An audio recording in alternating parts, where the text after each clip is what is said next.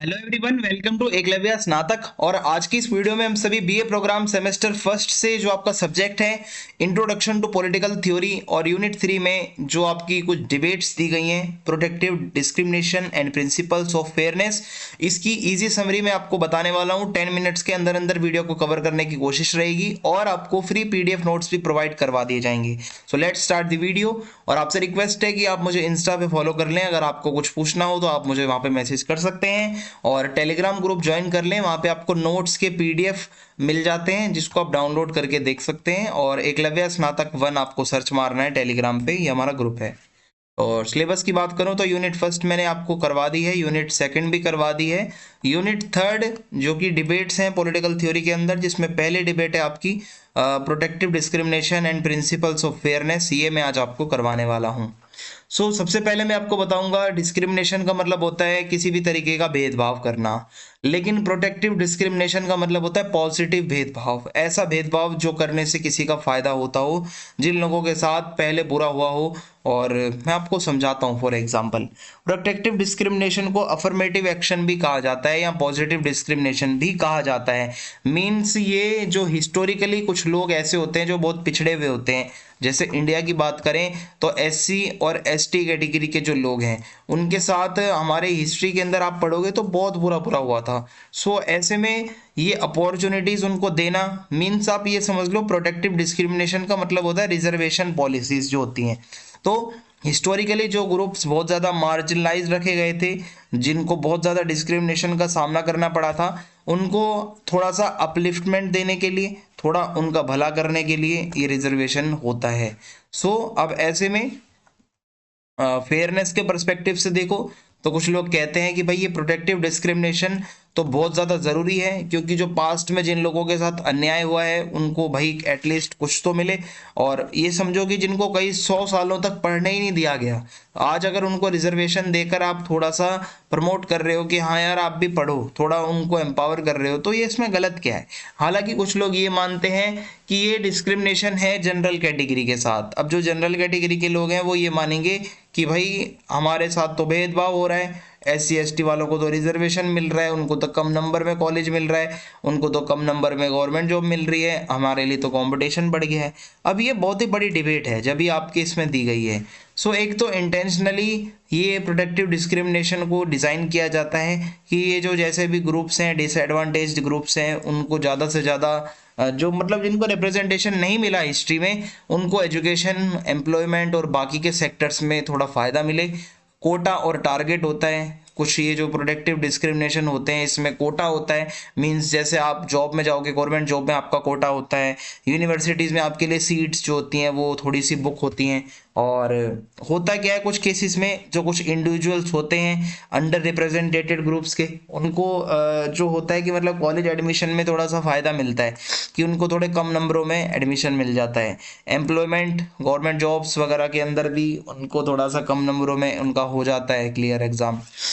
इसके अलावा protective discrimination क्या है, इसको यही देखा जाता है कि जिन कुछ लोगों के साथ बहुत बुरा हुआ है, ठीक है, जिनको अपॉर्चुनिटीज़ नहीं मिल पाई, उन लोगों को अपॉर्चुनिटीज़ मिलें, जिनको हिस्टोरिकली आप उठाकर देखोगे पीछे अपॉर्चुनिटीज़ नहीं मिली थी।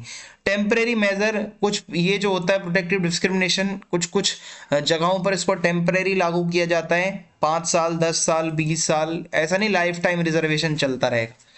ऐसे होता है। और कहीं कहीं पर तो भाई बहुत लंबे समय तक भी चलता है। इंडिया की बात करें तो आज़ादी के बाद से चल ही रहा है अभी तक तो रिजर्वेशन। और लीगल फ्रेमवर्क होता है, मींस ये जो रिजर्वेशन होता है ये प्रॉपर आपके कॉन्स्टिट्यूशन में लिखा होता है, लीगली पूरा होता है और वैलिड होता है। और यही है कि मतलब उसमें बताया जाता है कि जो मतलब जितने भी इंस्टीट्यूशंस हैं वो सभी लोग इनका ध्यान रखें। फिर है इंडिया की अगर बात करें तो प्रोटेक्टिव डिस्क्रिमिनेशन को अक्सर रिजर्वेशन के तौर पर देखा जाता है। रिजर्वेशन एजुकेशन में होता है। हमारी इंडियन गवर्नमेंट जो होती है वो एससी और एसटी और ओबीसी कैटेगरीज के लिए एजुकेशन के अंदर जो है बहुत ज़्यादा जो है रिजर्वेशन देती है सीट्स वगैरह में, और चाहे पब्लिक और प्राइवेट दोनों ही जो इंस्टीट्यूशंस होते हैं। Reservation in government jobs, education की तरह ही रिजर्वेशन की पॉलिसी गवर्नमेंट जॉब्स पर भी अप्लाई होती है। और यहाँ पे SC ST OBC कैंडिडेट्स के लिए गवर्नमेंट जॉब में भी कोटा होता है। स्पेशल प्रोविज़न होते हैं वीमेन के लिए भी। अब आप ये सोचोगे मेट्रो के अंदर पहला डिब्बा महिलाओं के लिए आरक्षित क्यों होता है, रिजर्व होता है? क्योंकि यार देखो, एक वो होता है कि बायोलॉजिकल डिफरेंस होता है, आपका स्ट्रक्चर अलग है, उनका अलग है, उनकी कुछ प्रॉब्लम्स होती है नेचुरल, जिसमें उनको कुछ स्पेशल कंसिडरेशन चाहिए होता है कि उनको स्पेशल ट्रीटमेंट मिले।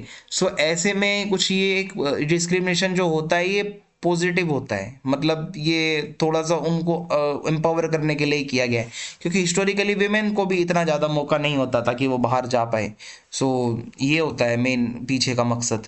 लैंड रिफॉर्म्स किए जाते हैं, गवर्नमेंट जो लोग लैंडलेस होते हैं उनको ज़मीनें देती है, ठीक है, ताकि उनका कुछ भला हो सके। एंटी डिस्क्रिमिनेशन लॉ होते हैं इंडिया के अंदर। ST और SC एक्ट भी है बहुत फेमस। अगर आप कुछ भी SC ST कैटेगरी के लोगों को कहते हो गलत, सो वो उसके लिए कोर्ट में जा सकते हैं और आपको उसकी सज़ा मिलेगी। फाइनेंशियल सपोर्ट देती रहती है गवर्नमेंट सब्सिडीज़ के तौर पर। इकोनॉमिक एक्टिविटीज़ वगैरह जो हैं, मार्जिनलाइज्ड ग्रुप्स जो होते हैं उनके अंदर इकोनॉमिक एक्टिविटीज़ बढ़े, फाइनेंशियल सपोर्ट मिले गवर्नमेंट की तरफ से, अलग अलग स्कीम्स, अलग अलग प्रोग्राम्स चलाए जाते हैं। और यही है हमारे इंडिया का रिजर्वेशन सिस्टम, जहाँ जनरल कैटेगरी के लोग ये समझते हैं हमारी राह में बहुत बाधाएं हैं, वहीं ये देखा जाता है कि SC ST वाले तो आराम से ये रिजर्वेशन की वजह से फ़ायदा ले जाएंगे। लेकिन सच्चाई कुछ और भी है कि हमारे यहाँ पर ये भी जग जाहिर है भाई, 100-200 सालों तक तो, मतलब ज़्यादा ही सालों तक अगर आप देखोगे, मैं 100-200 तक कम बता रहा हूँ, बहुत ज़्यादा सालों तक ये भेदभाव हुआ है SC ST के साथ।